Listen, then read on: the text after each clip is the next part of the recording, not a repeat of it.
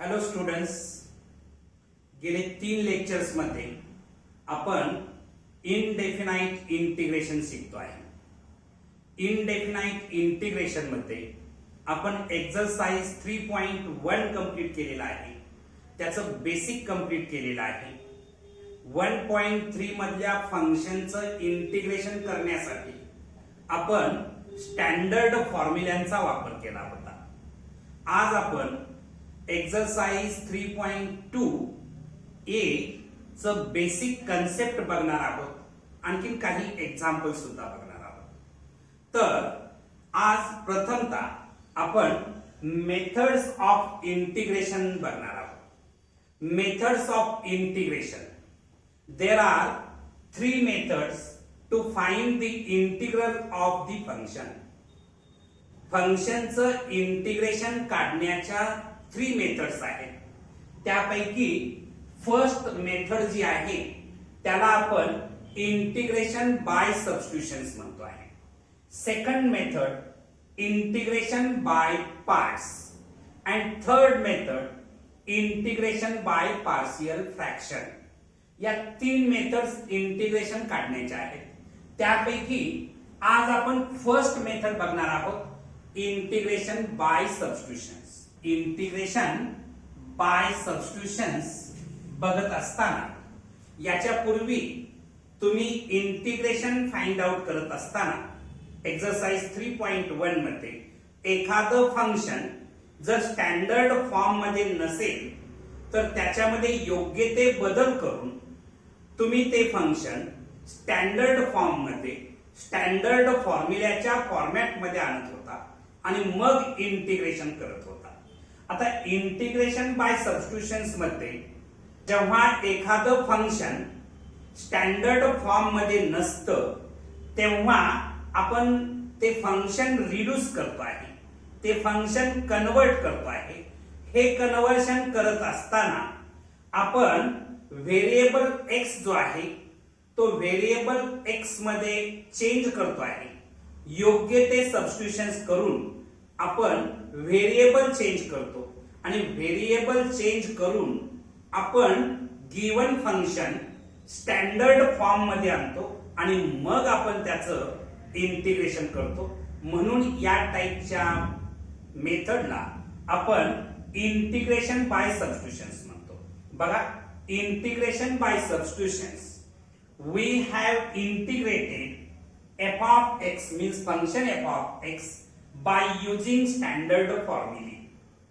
When f of x does not belong to any of the standard form, जर f of x standard form मध्ये नसेल, we reduce it to one of the standard form by changing the variable x to a new variable by means of suitable substitutions.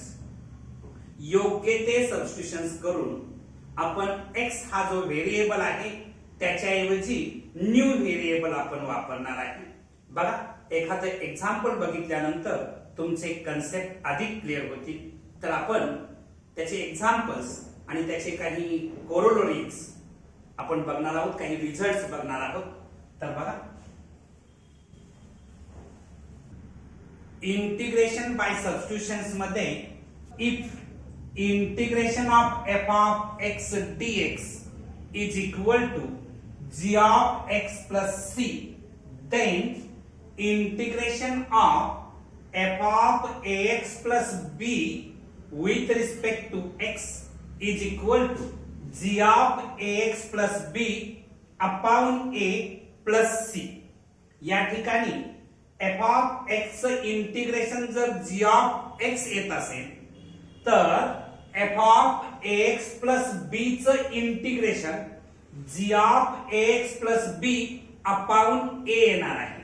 कारण इथं x चा coefficient a असल्यामुळं a न आपण divide केलेलं आहे. हे a न डिवाइड आपण का करतो याचं रिझन असं आहे, इथं x च्या बदली ax plus b आहे. याला मी तात्पुरतं x मानलं तर हे f of x होणार आणि f of x चं इंटिग्रेशन g of x आहे. एक्सच्या जाग्याला ax प्लस बी आहे म्हणून इथं ax प्लस बी लिहिलं. मात्र याला मी तात्पुरतं x मानलं होतं ax प्लस बी ला. त्याला आपण पुन्हा डिफरन्शिएट करतो आणि ax प्लस बी चं जर डिफरन्शिएशन काढलं तर ते a मिळतं.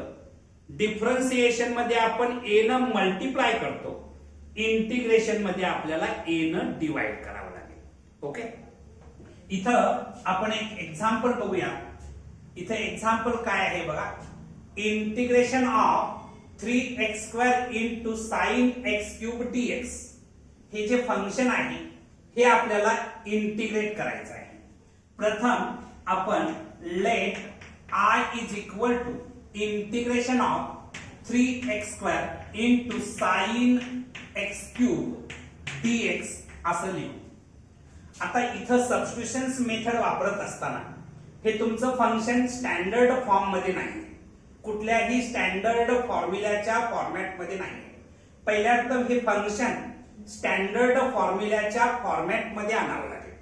ते आणण्यासाठी इथं आपल्याला विचार करावा लागेल कोण कुणाची डेरिव्हेटिव्ह आहे असा विचार करावा लागेल. तुम्ही जर ऑब्झर्व केलं तर x क्यूब इथं आहे.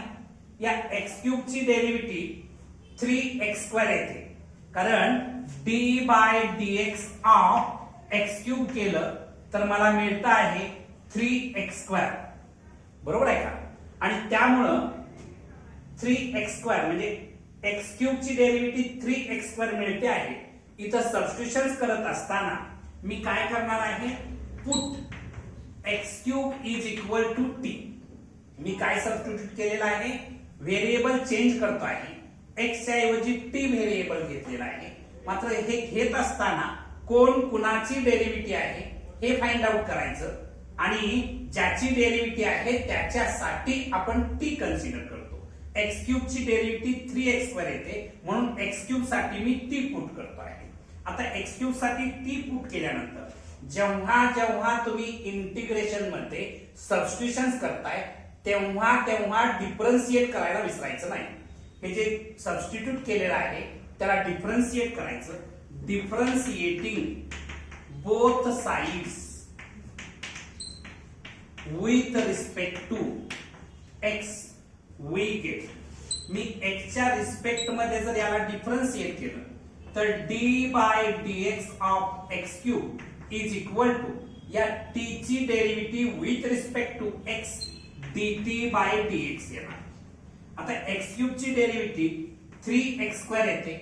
हे dx इथं डिवाइड आहे, या साइडला येऊन मल्टिप्लाय होणार इज इक्वल टू dt होणार. म्हणजेच आपलं नवीन इंटिग्रेशन काय होणार बघा. इथं I is equal to integration of इथं 3x² dx साठी मी dt पुट करू शकतो.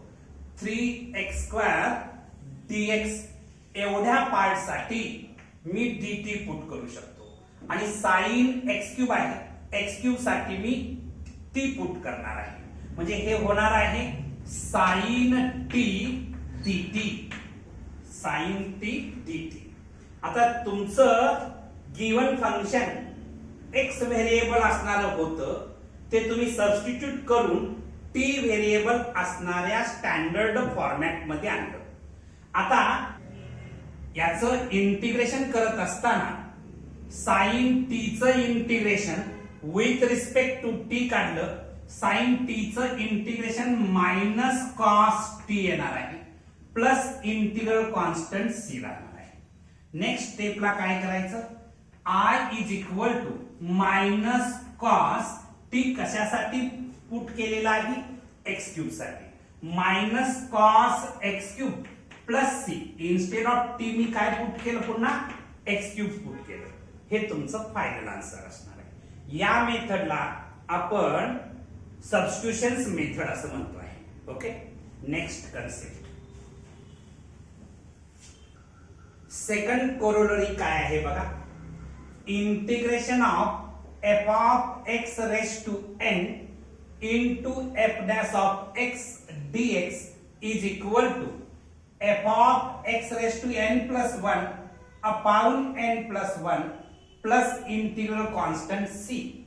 या ठिकाणी n ची व्हॅल्यू 1 असता कामा नये. n is not equal to 1.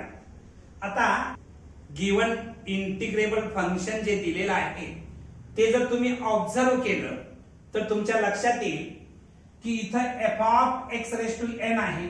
या f ऑफ x या फंक्शनची derivative f dash of x आहे. म्हणजेच एका फंक्शनची डेरिव्हेटिव्ह याच्यातून अवेलेबल आहे. हे जे फंक्शन इंटिग्रेशन साठी टोटल दिलेलं आहे त्याच्यामध्ये दोन गोष्टी दिसत आहेत. एक दुसऱ्याची डेरिव्हेटिव्ह आहे. म्हणजे f ऑफ x ची derivative f dash of x आहे आणि त्यांच्यामध्ये प्रॉडक्ट आहे. अशा केस मध्ये हे जे f ऑफ x आहे त्याची पॉवर n आहे.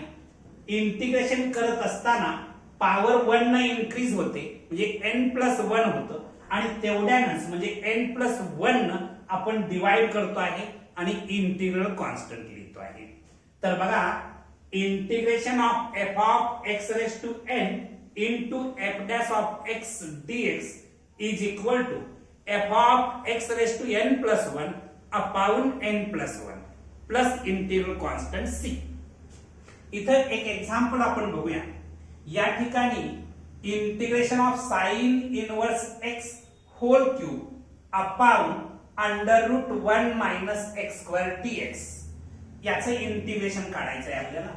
Late I is equal to integration of sin inverse x whole cube upon under root 1 minus x square dx.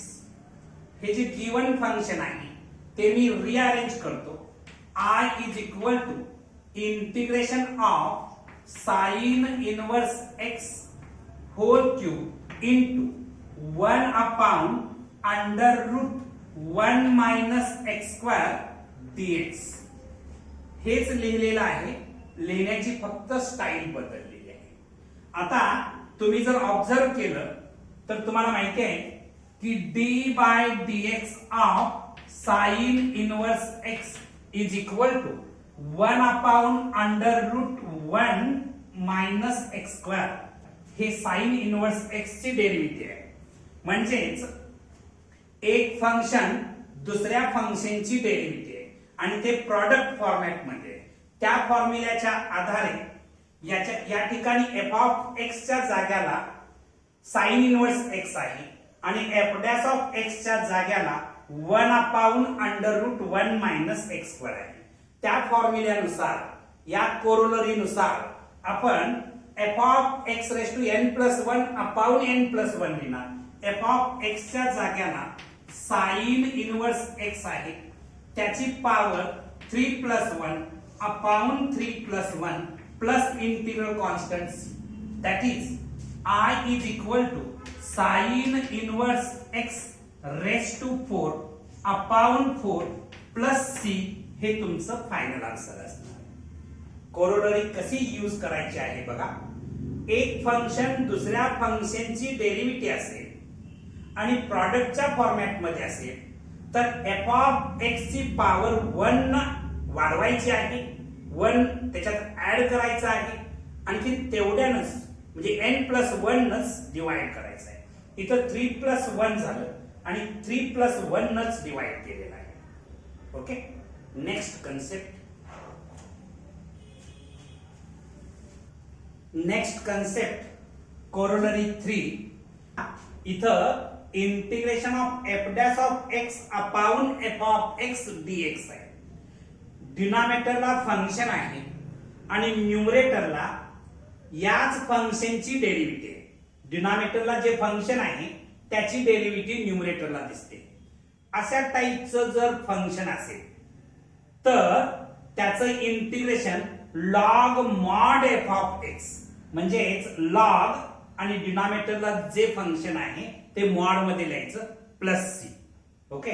म्हणजे integration of f dash of x upon f of x with respect to x is equal to log mod f of x plus c.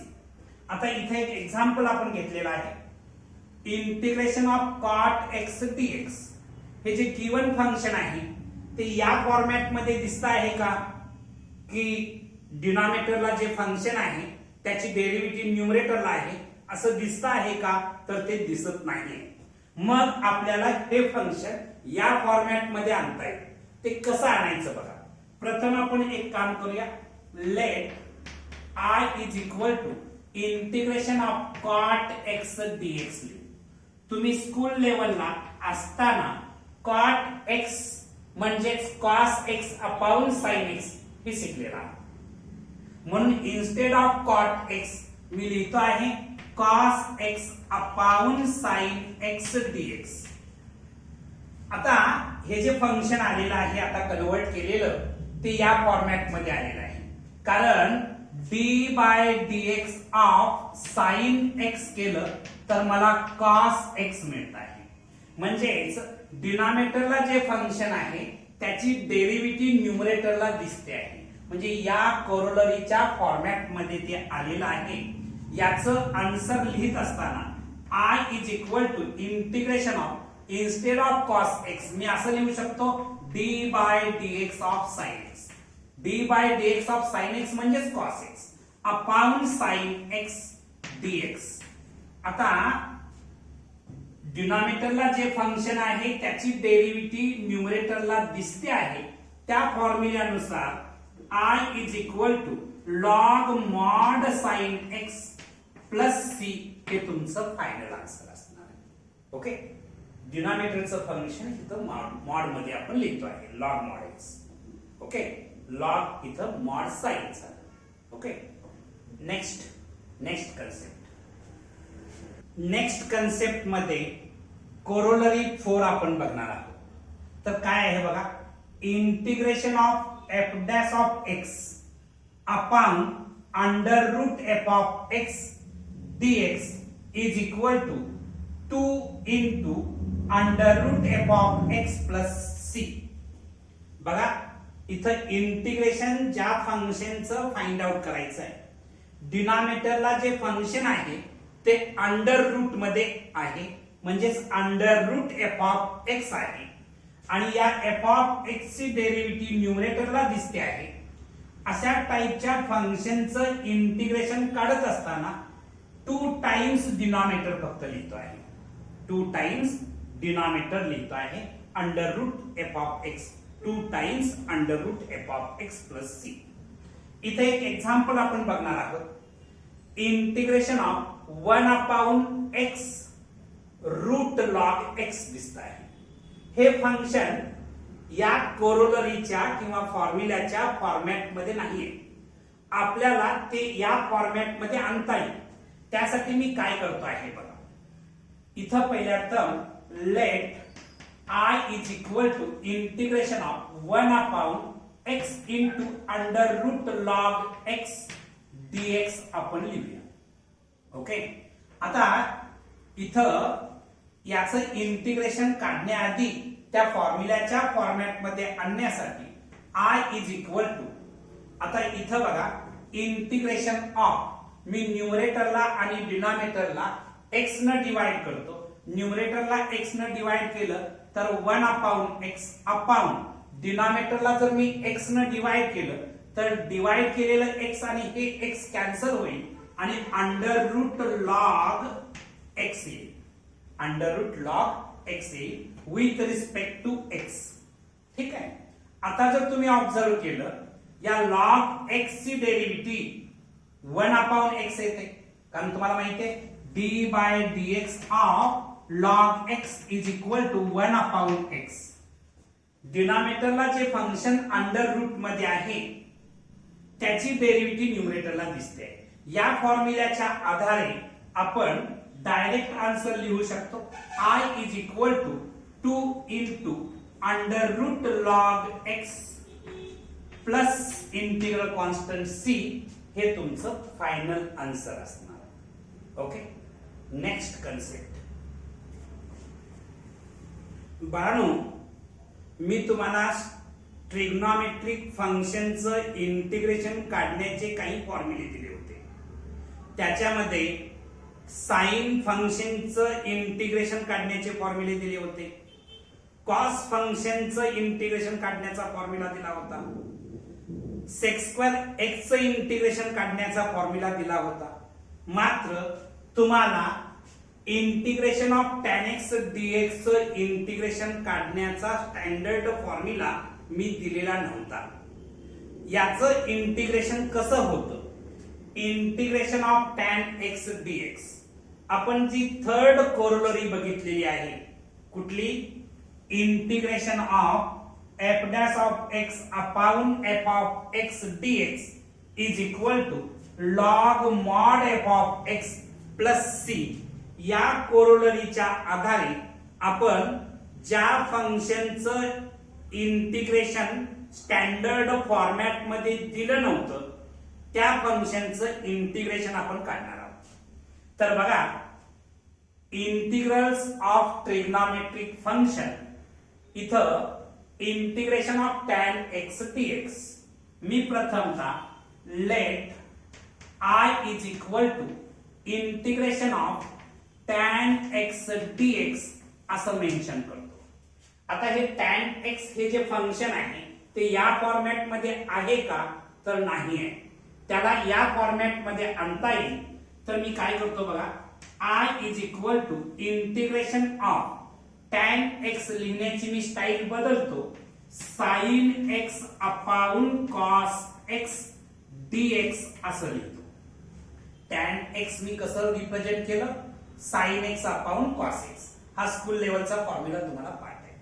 आता मी विचार करणार आहे, cos x ची derivative minus sine x येते. Cos x ची derivative म्हणजेच d by dx of cos x is equal to minus sine x.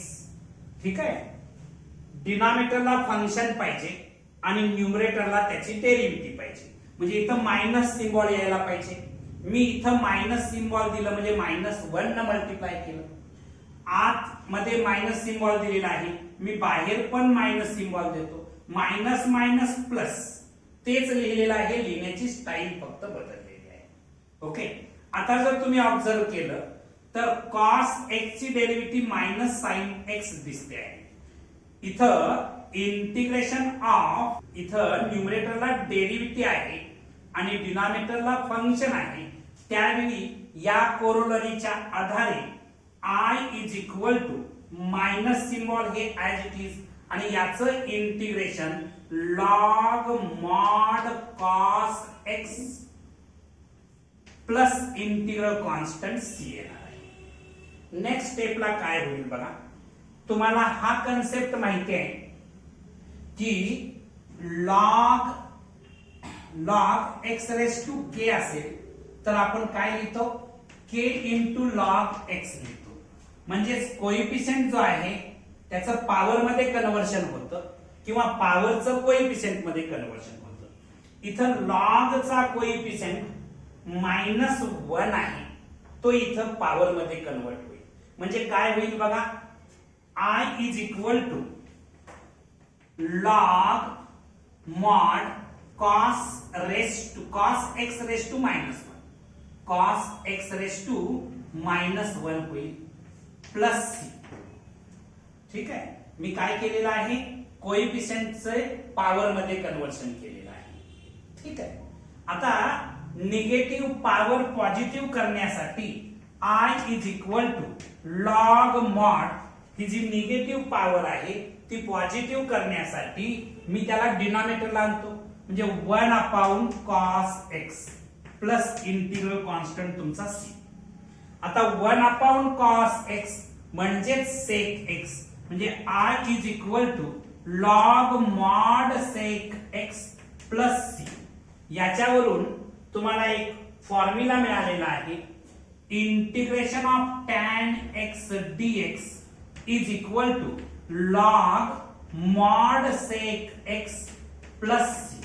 हा तुम्ही फॉर्म्युला म्हणून पाठ करू शकता आणि डायरेक्ट एक्झाम मध्ये वापरू शकता. Integration of tan x dx is equal to log mod sec x plus c. Okay, next आपण फॉर्म्युला तयार करणार आहोत. Integration of sec x dx. मी तुम्हाला स्टँडर्ड फॉर्म्युले देत असताना integration of sec square x dx दिलं होतं, ते tan x प्लस c येतं. मात्र integration of sec x dx दिलेलं नव्हतं. हा फॉर्म्युला या कोरोलरीच्या आधारे आपल्याला बनवायचा आहे. हे जे गिवन फंक्शन आहे ते या फॉर्मॅट मध्ये आपल्याला आणावं लागेल. म्हणजेच डिनॉमिनेटरला फंक्शन असेल आणि न्यूमरेटरला त्याची डेरिव्हेटिव्ह असेल, अशा फॉर्मॅट मध्ये आणावं लागेल. याच्यासाठी मी काय करतो आहे बघा, I is equal to integration of sec x, याच्या न्यूमरेटरला मी sec x plus tan x न मल्टिप्लाय करतो. डिनॉमिनेटरला सुद्धा मी sec x plus tan x न मल्टिप्लाय केलं. न्यूमरेटरला आणि डिनॉमिनेटरला मी एकाच गोष्टीनं मल्टिप्लाय केलेलं आहे. व्हॅल्यू मध्ये काहीही फरक पडणार नाही with respect to x. Next स्टेपला मी न्यूमरेटरचा प्रॉडक्ट घेतो. I is equal to integration of sec x into sec x sec square x plus sec x into tan x sec x tan x मिळणार आहे. Upon sec x plus tan x with respect to x. आता मी काय करतोय, हे थोडं rearrange करतो. I is equal to integration of sec x into tan x plus sec square x upon sec x plus tan x dx असं लिहितो. आता तुम्हाला डिनॉमिनेटरची डेरिव्हेटिव्ह काढून बघा. d by dx of sec x plus tan x. sec x ची derivative sec x tan x येते plus tan x ची derivative sec square x येते.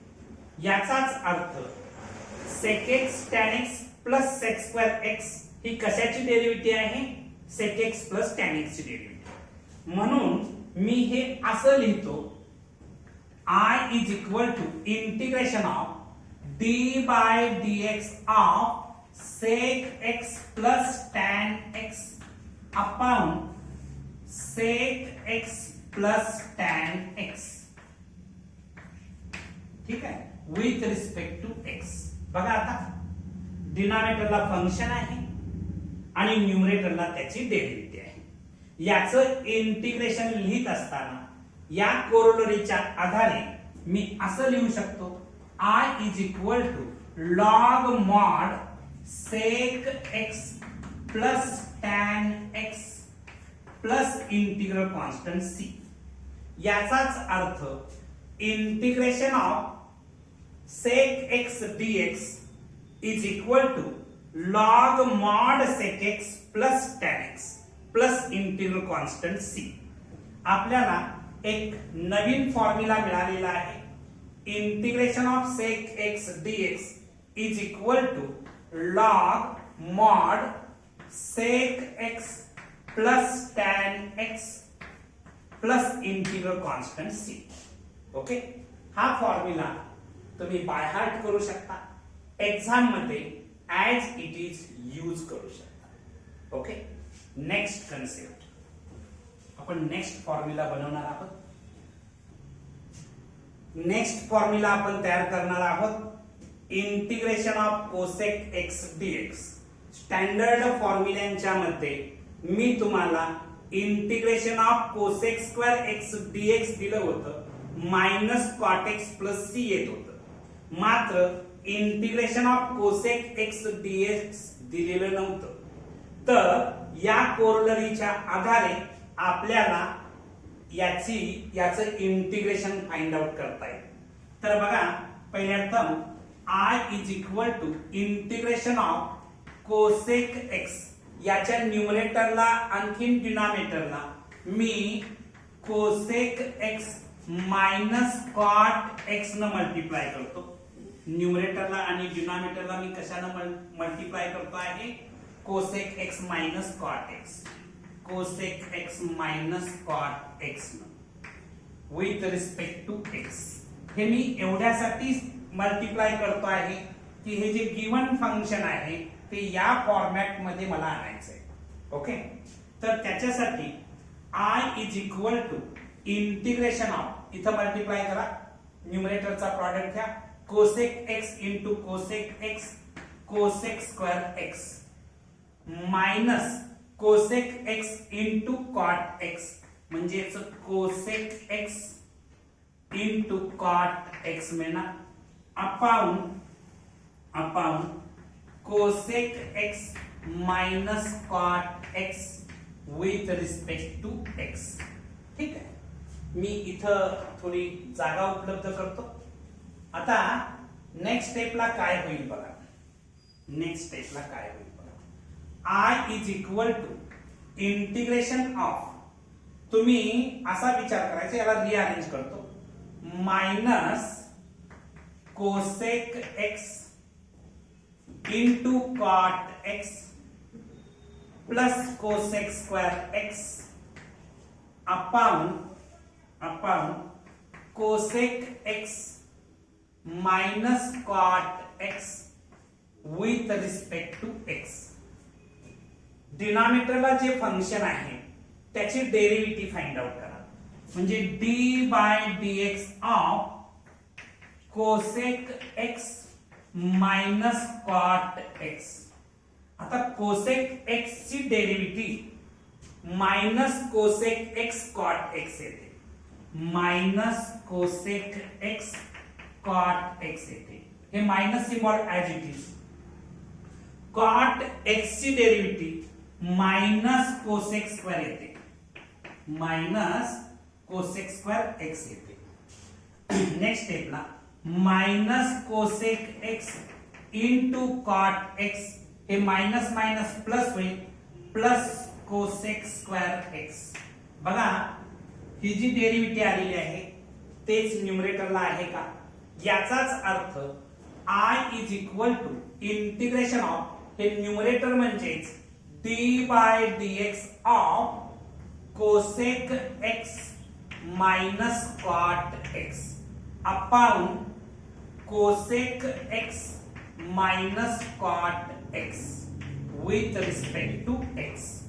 आता हे जे तुमचं फंक्शन आलेलं आहे हे या फॉर्मॅट मध्ये आहे, डिनॉमिनेटरला फंक्शन आहे आणि न्यूमरेटरला त्याची डेरिव्हेटिव्ह आहे. या कोरोलरीच्या आधारे किंवा या फॉर्म्युल्याच्या आधारे मला काय मिळणार आहे, I is equal to log mod cosec x minus cot x mod complete plus integral constant C. म्हणजेच integration of cosec x dx, माझ्याकडे स्टँडर्ड फॉर्म्युला तयार झाला. काय तयार झाला बघा, integration of cosec x dx is equal to log mod cosec x minus cot x plus integral constant C. हा तुमचा फॉर्म्युला तुम्ही बाय हार्ट करून एक्झाम मध्ये ऍज इट इज यूज करू शकता. Integration of cosec x dx is equal to log mod cosec x minus cot x plus c. Okay, next concept. तुम्ही आता integration of cosec x dx मिळवलं होतं log mod cosec x minus cot x plus c. हा formula असाही आपल्याला लिहिता येतो बघा, integration of cosec x dx is equal to log mod, हे कोसेक एक्स म्हणजेच 1 अपॉन साइन एक्स, स्कूल लेवलचा फॉर्म्युला, मायनस कॉट एक्स म्हणजेच cos x upon sine x. ठीक आहे, plus integral constant C as it is ठेवतो, is equal to log mod इथं base equal आहे त्यामुळं न्यूमरेटरची ऍडिशन होईल किंवा सबट्रॅक्शन जी काय असेल ती होईल म्हणजेच 1 minus cos x upon sine x येईल. तुम्ही 11th स्टँडर्ड मध्ये 1 minus cos x is equal to 2 sine square x by 2 असा half angle formula by heart केला होता.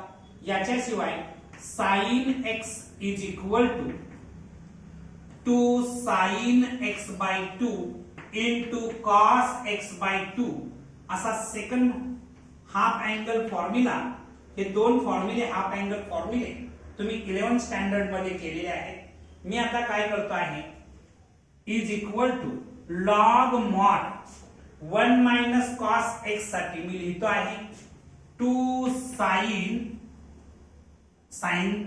Sign square x by 2 upon sine x साठी 2 sine x by 2 into cos x by 2. ठीक आहे plus integral constant c. आता next स्टेपला बघा हे 2 आणखी हे 2 कॅन्सल होईल.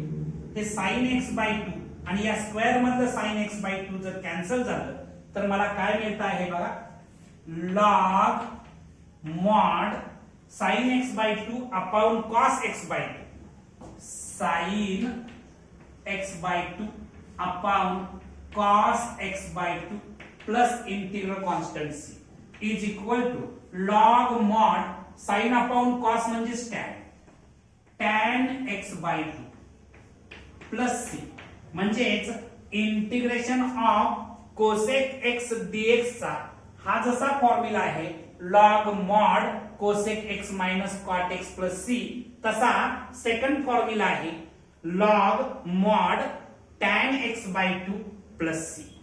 ओके नेक्स्ट आता आपण एक्सरसाइज 3.2 मध्ये 3.2 ए मध्ये काही क्वेश्चन्स बघणार आहोत. तर चला एक्सरसाइज 3.2 ए स्टार्ट करूया. एक्सरसाइज 3.2 ए मधला first question integrate the following function with respect to x. तर ही जी फंक्शन्स दिलेली आहेत ती x च्या रिस्पेक्ट मध्ये आपल्याला इंटिग्रेट करायची आहेत. First question log x raise to n अपॉन x या फंक्शनचं आपल्याला इंटिग्रेशन काढायचं आहे. First let I is equal to integration of log x raise to n अपॉन x dx. हे जे फंक्शन आहे ते जर मी रिअरेंज केलं I is equal to integration of 1 upon x into log x raised to n dx असं लिहिलं.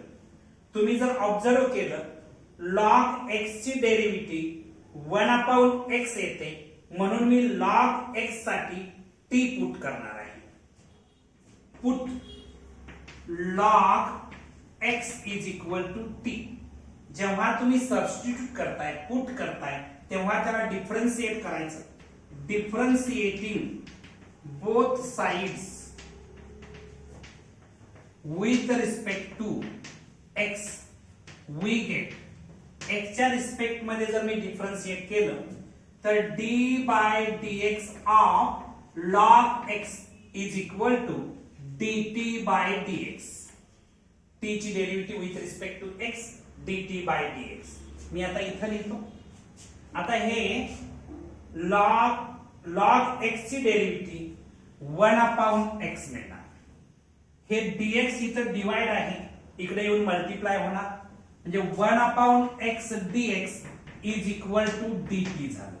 बघा इथं 1 अपॉन x आणखीन हे dx एवढ्यासाठी मी dt भरू शकतो. log x साठी t पुट करणार आहे म्हणजेच काय मिळणार बघा I is equal to integration of t raise to n into dt होणार. log x साठी t पुट केलं त्याची power n t raise to n आणि हे जे 1 अपॉन x dx आहे त्याच्यासाठी dt पुट केलं. आता I इज इक्वल टू तुम्हाला हा फॉर्म्युला पाठ आहे integration of x raise to n dx काय असतं x raise to n plus 1 upon n plus 1 plus integral constant c. या फॉर्म्युल्याच्या आधारे t raise to n plus 1 upon n plus 1 plus integral constant c. ठीक आहे, मी याला rearrange केलं. I is equal to 1 upon n plus 1 instead of t मी कशासाठी मानलेलं होतं लॉग x साठी, म्हणजेच log x raise to n plus 1 plus integral constant c हे तुमचं फायनल आन्सर असणार आहे. Okay, next question. Second question काय आहे बघा. Sine inverse x raise to 3/2 upon under root 1 minus x square या फंक्शनचं आपल्याला इंटिग्रेशन काढायचं आहे. I is equal to integration of sine inverse x raise to 3/2 upon under root 1 minus x square dx. हे function मी थोडं rearrange करतो. I is equal to integration of sine inverse x raise to 3/2 into 1 upon under root 1 minus x square dx. आता तुम्ही जर observe केलं तर sine inverse x ची derivative 1 upon under root 1 minus x square येते. म्हणून या साइन इनवर्स x साठी मी t पुट करणार आहे. Put sine inverse x is equal to t. आता इथं t पुट केल्यानंतर तुम्ही याला डिफरन्शिएट करताय. Differentiating both sides with respect to x we get. आता x च्या रिस्पेक्ट मध्ये जर याला मी डिफरन्शिएट केलं म्हणजेच d by dx of sine inverse x is equal to dt by dx येणार. साइन इनवर्स x ची derivative 1 upon under root 1 minus x square हे dx इथं डिवाइड आहे, इकडे येऊन मल्टिप्लाय होणार is equal to dt. Okay, आता माझं फंक्शन काय होईल बघा. I is equal to integration of sine inverse x साठी मी t पुट करणार आणि त्याची पॉवर 3/2 t रेस टू 3/2 आणखी 1 upon under root 1 minus x square dx साठी मी याच्यावरून dt भरणार. हे माझं नवीन फंक्शन मला मिळालेलं आहे. आता मी याला इंटिग्रेट करणार. हाच formula integration of x raise to n dx is equal to x raise to n plus 1 upon n plus 1 plus integral constant c. म्हणजेच I is equal to t raise to 3/2 plus 1 upon 3/2 plus 1 plus integral constant c. Next स्टेपला काय होईल बघा. इथं लिहितो I is equal to इथं t raise to 3/2 plus 1 केलं तर 5/2 येतं, म्हणजे t raise to 5/2 upon 5/2 plus integral constant c. ठीक आहे, हे डिवाइड मीन्स इनवर्सली मल्टिप्लाय केलं. I is equal to 2 upon 5 t raise to 5/2 plus c. I is equal to 2/5 t मी कशासाठी पुट केलं होतं साइन इनवर्स x साठी. मी t च्या बदली साइन इनवर्स x पुट करतो. Sine inverse x raise to 5/2 plus c हे तुमचं फायनल आन्सर असणार. Okay, next question. Next question काय आहे बघा. 1 plus x upon x into sine of x plus log x या फंक्शनचं आपल्याला इंटिग्रेशन काढायचं आहे. मी प्रथमतः let I is equal to integration of 1 plus x upon x into sine of x plus log x with respect to x लिहितो. ठीक आहे. नेक्स्ट स्टेपला काय होईल बघा, मी याला थोडं रिअरेंज करतो. I is equal to integration of 1 plus x upon x into 1 upon sine of x plus log x with respect to x. आता या ठिकाणी कोण कुणाची डेरिव्हेटिव्ह आहे हे ठरवणं जरा अवघड जात आहे. तरी पण तुम्ही जर x प्लस लॉग x ची डेरिव्हेटिव्ह घेतली तर ती 1 प्लस एक्स अपॉन एक्स मिळू शकते. बघा मी इथं x प्लस लॉग x साठी t पुट करतो. Put x plus log x is equal to t. आता हे t पुट केल्यानंतर मी डिफरन्शिएट करणार. Differentiating both sides with respect to x we get x च्या रिस्पेक्ट मध्ये जर मी डिफरन्शिएट केलं तर d by dx of x plus log x is equal to t ची derivative with respect to x dt by dx येणार. dt by dx. आता इथं बघा या ठिकाणी d by dx of x केलं तर 1 मिळणार आहे, कारण x ची derivative with respect to x 1 मिळते. log x ची डेरिव्हेटिव्ह 1 अपॉन x येते. हे dx इथं डिवाइड आहे, या साइडला येऊन मल्टिप्लाय होणार. Is equal to dt. तुम्ही याला फर्दर सिंप्लिफाय केलं तर x plus 1 upon x dx is equal to dt. आता या ठिकाणी बघा x प्लस 1 आहे का, 1 प्लस x आणि x plus 1 both are the same upon x dx म्हणजे एवढ्या पार्ट साठी तुम्ही लिहू शकता dt. आणखीन 1 upon sign x plus log x साठी आपण t पुट केलेला आहे, म्हणजे 1 अपॉन साइन t होणार. म्हणजेच माझं I काय होणार बघा, I is equal to integration of 1 upon sine t with respect to t होणार आहे. आता नेक्स्ट स्टेपला I is equal to integration of 1 upon sine t म्हणजेच cosec t. 1 upon sine t म्हणजेच काय, cosec t with respect to t. आता थोड्या वेळापूर्वी तुम्ही integration of cosec x dx बघितलं होतं. Log mod cosec x minus cot x येतं किंवा log mod tan x by 2 plus c होतं. दोन्हीपैकी कुठलाही तुम्ही फॉर्म्युला वापरू शकता. मी इथं जागा उपलब्ध करतो. तर बघा integration of cosec t with respect to t जर आपण फाइंड आउट करायचं ठरवलं तर मला मिळणार आहे log mod cosec t minus cot t plus c. Okay, तुम्ही लॉग मॉड कोसेक t च्या बदली काय भरणार, x plus log x, x plus log x minus cot t च्या जाग्याला x प्लस लॉग x ठेवलं, मॉड कंप्लीट प्लस c.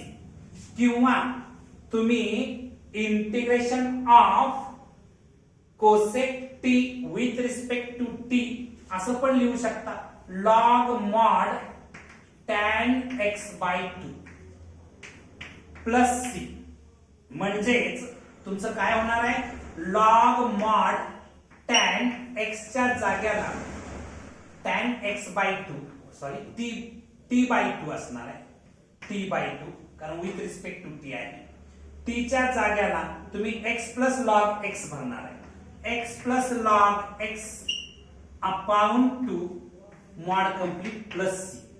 हे किंवा हे आन्सर तुमचं करेक्ट आन्सर असेल. Okay, next question. Next question बघा काय आहे, x into sec square x square upon under root tan cube x square याचं आपल्याला इंटिग्रेशन काढायचं आहे.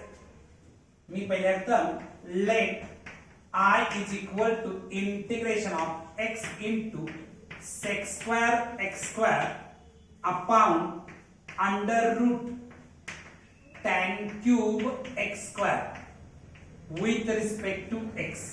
इथं तुम्ही विचार करायचा कोण कुणाची डेरिव्हेटिव्ह असेल तर बघा tan x ची डेरिव्हेटिव्ह sec square x असते म्हणून म्हणजे tan x square साठी जर मी टी पुट केलं तर मला योग्य ती ऍडजस्टमेंट करता येईल. मी पहिल्यांदा काय करतो बघा put tan x square is equal to t, differentiating both sides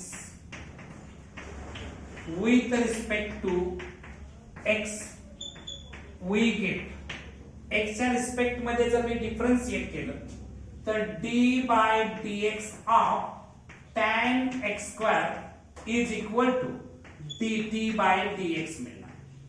आता तुम्हाला माहिती आहे या x स्क्वेअर ला चेन रूलच्या आधारे x स्क्वेअर ला मी x मानणार तात्पुरतं x कन्सिडर करणार म्हणजे tan x झालं. tan x ची डेरिव्हेटिव्ह काय येते sec स्क्वेअर x मात्र x च्या जाग्याला x स्क्वेअर आहे. ठीक आहे याला मी तात्पुरतं x कन्सिडर केलं होतं म्हणून त्याला पुन्हा डिफरन्शिएट करणार म्हणजे d by dx of x square is equal to dt by dx. Next स्टेपला बघा इथं sec square x square आता इथं d by dx of x square ची डेरिव्हेटिव्ह 2x येते. ओके त्याच्यानंतर हे dx इथं डिवाइड आहे इकडे येऊन मल्टिप्लाय होईल dx is equal to dt. मला जे ऍडजस्ट करायचं आहे याच्यामध्ये इथं 2 नाही आहे त्यामुळे हे 2 इथे इनटू आहे त्या साइडला जाऊन डिवाइड होईल. याला मी रिअरेंज केलं x sec square x square dx is equal to dt upon 2 मिळणार आहे. ओके म्हणजे माझं जे फंक्शन आहे ते काय होणार बघा I is equal to integration of x sec square x square dx साठी मी dt by 2 भरू शकतो.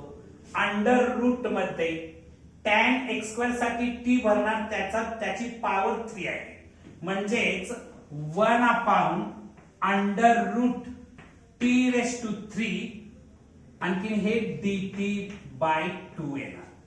dt by 2 येणार. नेक्स्ट स्टेपला बघा इथं I is equal to integration of 1 upon t raised to 3 by 2 लिहिणार. 1 upon t raised to 3 by 2 आणखी हे आहे dt upon 2. हे 1 by 2 मी इंटिग्रेशनच्या बाहेर घेतो कॉन्स्टंट असल्यामुळे 1 by 2 into इंटिग्रेशन ऑफ हे t raised to -3 by 2 डिनॉमिनेटरचं न्यूमरेटरला आणलं तर पॉझिटिव्ह पॉवर निगेटिव्ह बनली विथ रिस्पेक्ट टू t. आता इथं मी जागा उपलब्ध करतो आहे. ठीक आहे तुम्ही t कशासाठी पुट केलेला आहे tan x square साठी. ठीक आहे कारण हे नंतर आपल्याला रिसबस्टिट्यूट करावं लागेल. याचं इंटिग्रेशन काढत असताना I is equal to half into आता हा फॉर्म्युला तुम्हाला पाठ आहे integration of x raised to n dx काय आहे x raised to n plus 1 upon n plus 1 plus c असणार आहे. ओके म्हणजेच काय होणार बघा integration of t raised to -3 by 2 म्हणजे t raised to -3 by 2 plus 1 upon -3 by 2 plus 1 plus integral constant c. ठीक आहे नेक्स्ट स्टेपला बघा I is equal to half into t raised to -3 by 2 plus 1 केलं तर -हाफ मिळतं upon -3 by 2 plus 1 केलं तर -हाफच मिळणार आहे प्लस c. हे हाफ आणखी हे हाफ कॅन्सल होईल मात्र हे प्लस मायनस मायनस येणार I is equal to हे जे निगेटिव्ह पॉवर आहे ती डिनॉमिनेटरला आणली तर पॉझिटिव्ह होणार 1/t⁻½ plus c I is equal to minus 1/t⁻½ म्हणजे √t येणार प्लस सी. मात्र टी मी कशासाठी कन्सिडर केलं होतं I is equal to minus 1/√t ची व्हॅल्यू प्लस सी हे तुमचं फायनल आन्सर असणार. ओके, तर एक्सरसाइज 3.2a मधला क्वेश्चन फर्स्ट मधला फोर्थ क्वेश्चन आपण कंप्लीट केलेला आहे. या एक्सरसाइजचा रिमेनिंग पार्ट आपण नेक्स्ट व्हिडिओ लेक्चर मध्ये बघणार आहोत. तुम्हाला हा व्हिडिओ आवडला असेल तर लाईक, शेअर अँड सबस्क्राईब करा. थँक्यू.